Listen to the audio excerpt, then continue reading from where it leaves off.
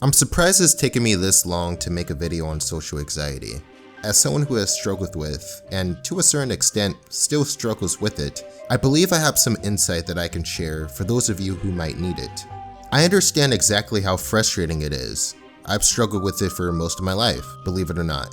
To put it simply, social anxiety sucks. It can be the main obstacle stopping you from attracting a girlfriend or boyfriend, making new friends, advancing your career, or giving a confident presentation in front of the whole class.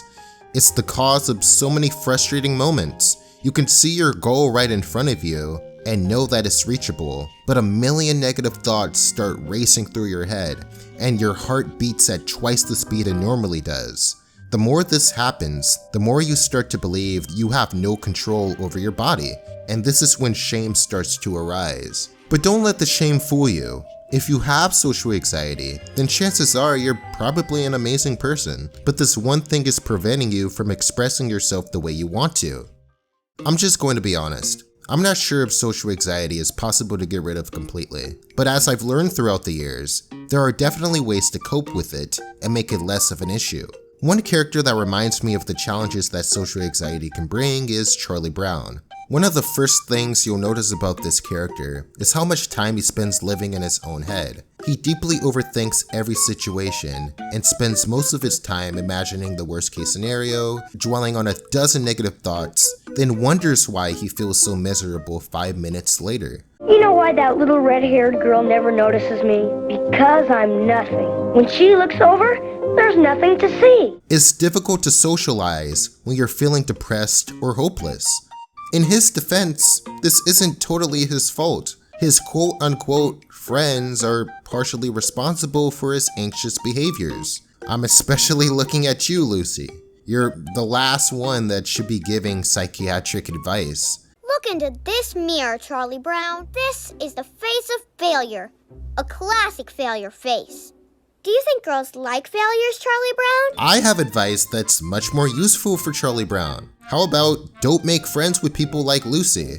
Seriously, my advice for everyone watching this video is to be mindful of the people you consistently hang around or listen to, as they will alter your belief systems. Make sure your friends have your back and they're supporting you. All Lucy ever does is put Charlie Brown down. Something else you'll notice about his character is how desperate he is for validation, but is unable to give validation to himself. In the 1969 movie, A Boy Named Charlie Brown, he uses the spelling bee as the perfect opportunity to prove to the whole class that he isn't a failure. He even says to himself that he doesn't actually care if he wins, he just wants to impress everyone.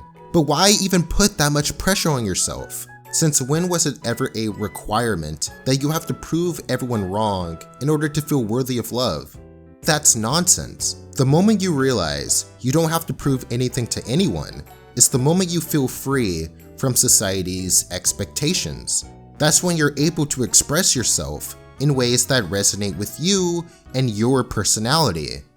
To his credit, everything goes according to his plan. His successes in the spelling bee turn him into a celebrity, basically.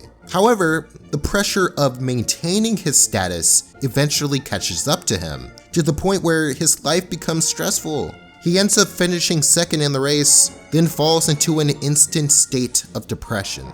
All of the status that he magically obtained throughout the movie is no more. For the first time in his life, his classmates were respectful, and now they'll probably go back to being disrespectful. He especially feels that he let everyone down and made a fool out of himself. His worst nightmare came true, but instead of looking at it as a curse, Linus makes an effort to alter his friend's perspective. But did you notice something, Charlie Brown? What's that? The world didn't come to an end. It's not the end of the world, Charlie Brown. Finishing second in the spelling bee is not that big of a deal. When something doesn't go our way socially, our immediate response is to act like it's the end of the world, but that's just an illusion that we created. The reality is, the sun is still shining, the birds are still singing, your pets still love you, and there will be more opportunities to redeem yourself in the future. The Peanuts movie is similar to this plot, where again, he finally gains all the success and validation that he dreamed of, but makes a choice to give it all away for the sake of integrity.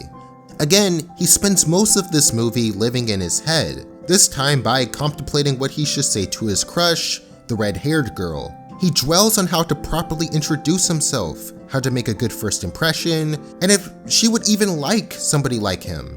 But when he actually goes and talks to her near the end of the movie, he finds out that she likes him for his compassion, honesty, and bravery. When I look at you, I don't see a failure at all.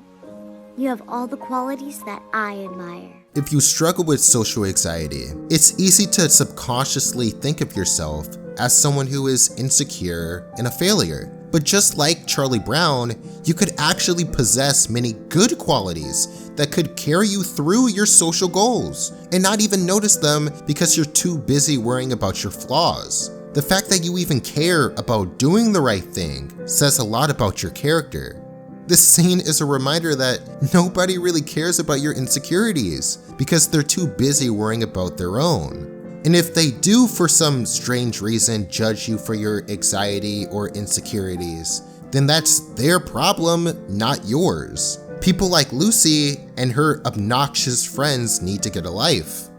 Many of us have more strengths than we realize. Sure, work on your weaknesses, but don't let them define who you are.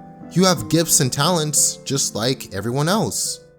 I'll leave you with this. The best teacher in life is experience.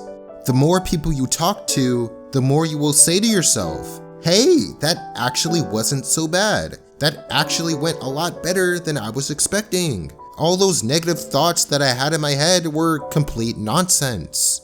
And those moments can do a lot for your confidence.